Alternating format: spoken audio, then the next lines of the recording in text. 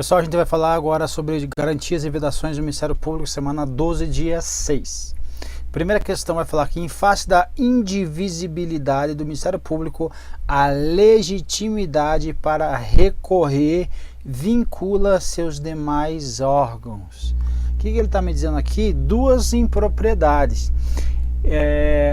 Aqui, a primeira, em face do que? Em face do princípio da independência funcional,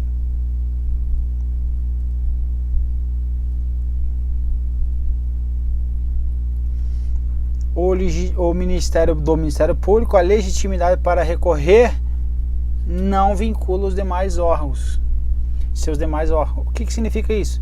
Significa que foi feito aqui na primeira instância lá algo que perderam, vamos supor, e foi para a segunda instância. Agora está vinculado a recorrer. Não pode o Ministério Público aqui, que atua aqui, ele o que? Ele tem um entendimento diverso do primeiro.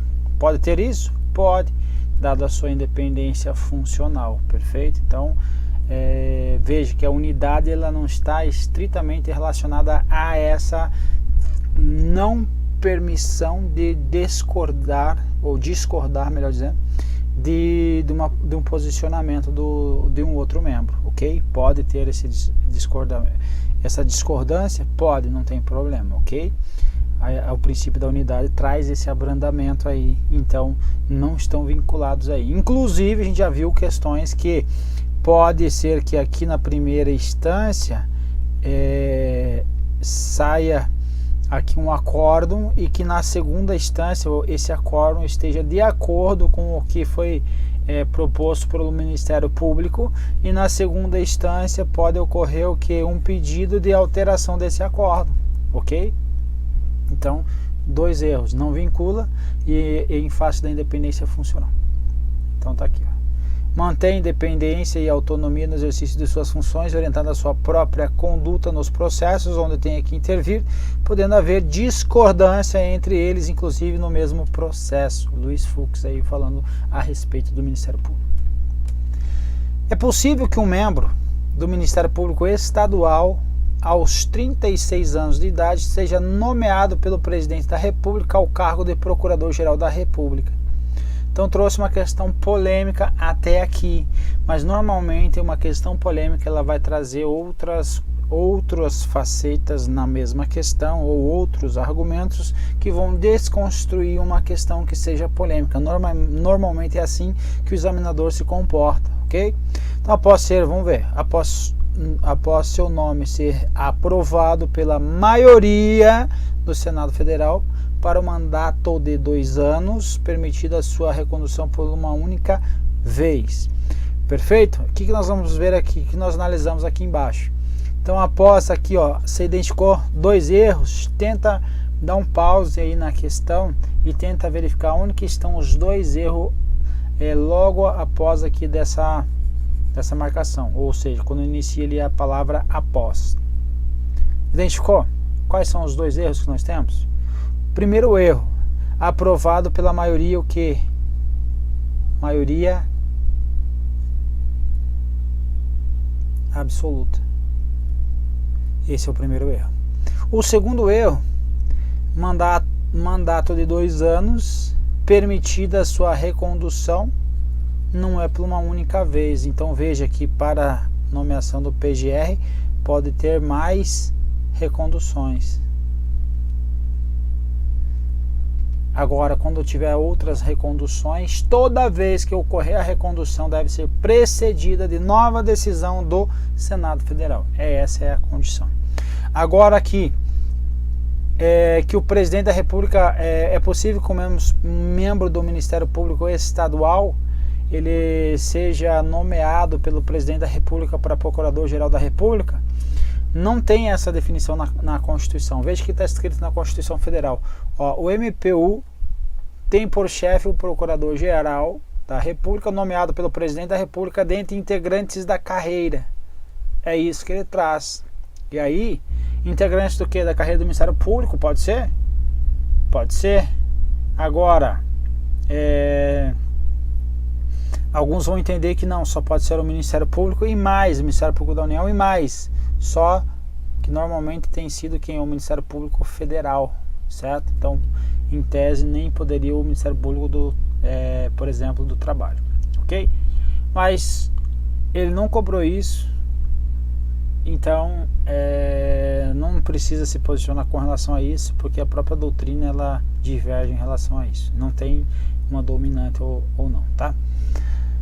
E aqui o PGR na lei complementar é chefe do Ministério Público da União, nomeado pelo Presidente da República, dentre integrantes da carreira com maiores de 35 anos, permitida a recondução, precedida de nova decisão do Senado Federal. Interessante que seja então um PGR, que ele seja o chefe, como ele é chefe do Ministério Público da União, pensando aí em mais estrito senso, integrante da carreira do que do Ministério Público da União, então poderia ser um MPF, um MPT, regra, mas não um MPE com o Ministério Público do Estado, ok? Mas fica aí essa pendência.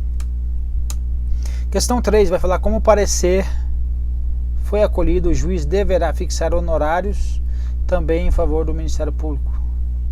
Então aqui na sentença o juiz acolheu o parecer do Ministério Público que se manifestou no efeito de como fiscal da lei numa ação aí que a União ajuizou contra um réu patrocinado pela Defensoria Pública.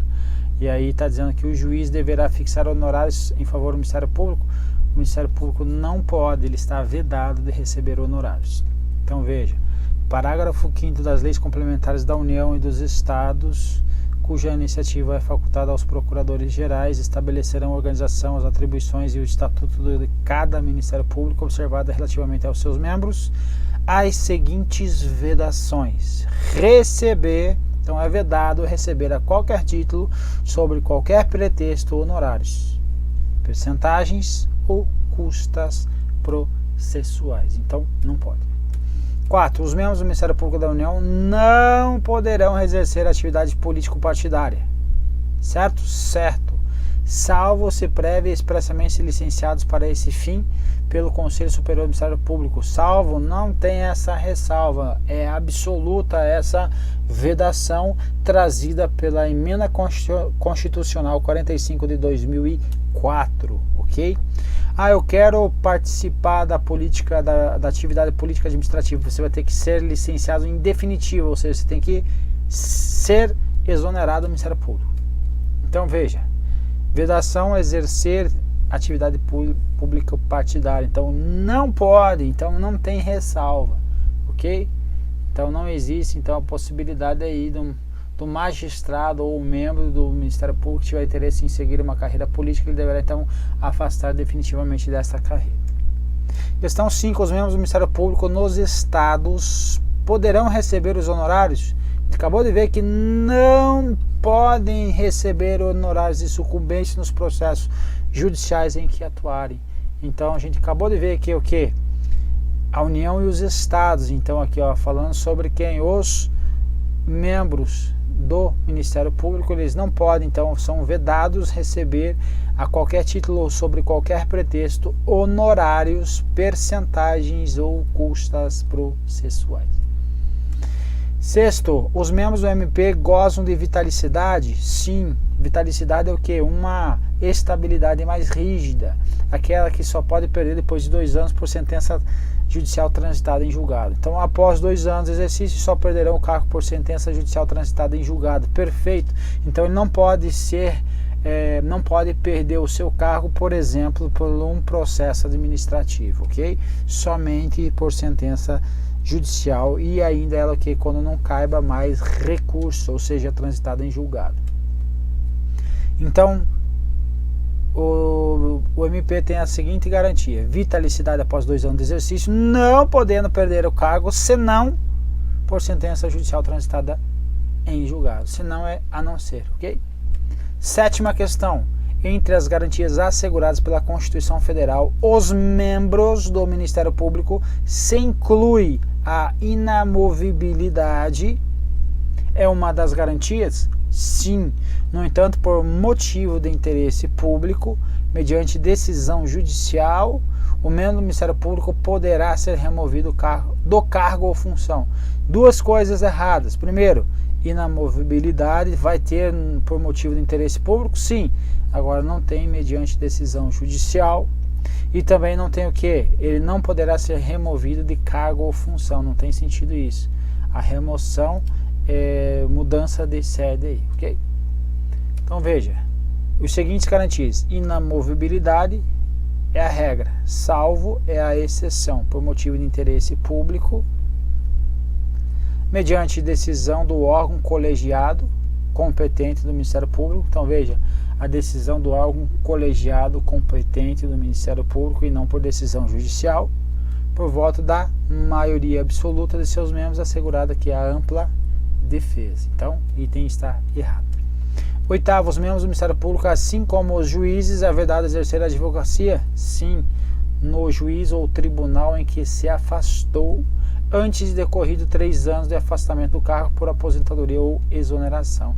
Então temos a seguinte regra: temos aí a aposentadoria no caso de aposentadoria ou no caso de exoneração do cargo, no local, certo? No juízo onde se afastou, ele está vedado de exercer a advocacia por um prazo aí chamado de quarentena de quanto tempo? De 3 anos. Correta a questão. Então veja, aos juízes é vedado exercer a advocacia no juízo ou tribunal no qual se afastou antes de decorridos 3 anos de afastamento do cargo por aposentadoria ou exoneração. Parágrafo 6º aqui, que vai falar sobre o Ministério Público, ele vai dizer o que? Aplica-se aos membros do Ministério Público o disposto no artigo 95, parágrafo 5º, parágrafo único, inciso 5º aí, que é exatamente essa aqui, que é exercer a advocacia no juízo ou tribunal do qual se afastou. Então, é uma vedação, são de 3 anos, então está correta a questão. Questão 9ª. O exercício da atividade político-partidária é permitido aos membros do Ministério Público do Trabalho? A gente viu que é uma vedação trazida aí pela emenda constitucional 45, ok? Então, tem só uma ressalva, é dificílimo cair isso, ok? Mas os membros que já estavam na carreira antes da Constituição Federal, que optaram por um regime jurídico antigo, podem exercer as atividades político-partidárias aí desde que saiam de licença, ok? Mas isso não tem, a regra é que não pode. 10ª, os membros do MPDFT não podem dedicar-se a atividades político-partidárias? Não, a gente acabou de ver. Questão correta, e assim terminamos as nossas questões.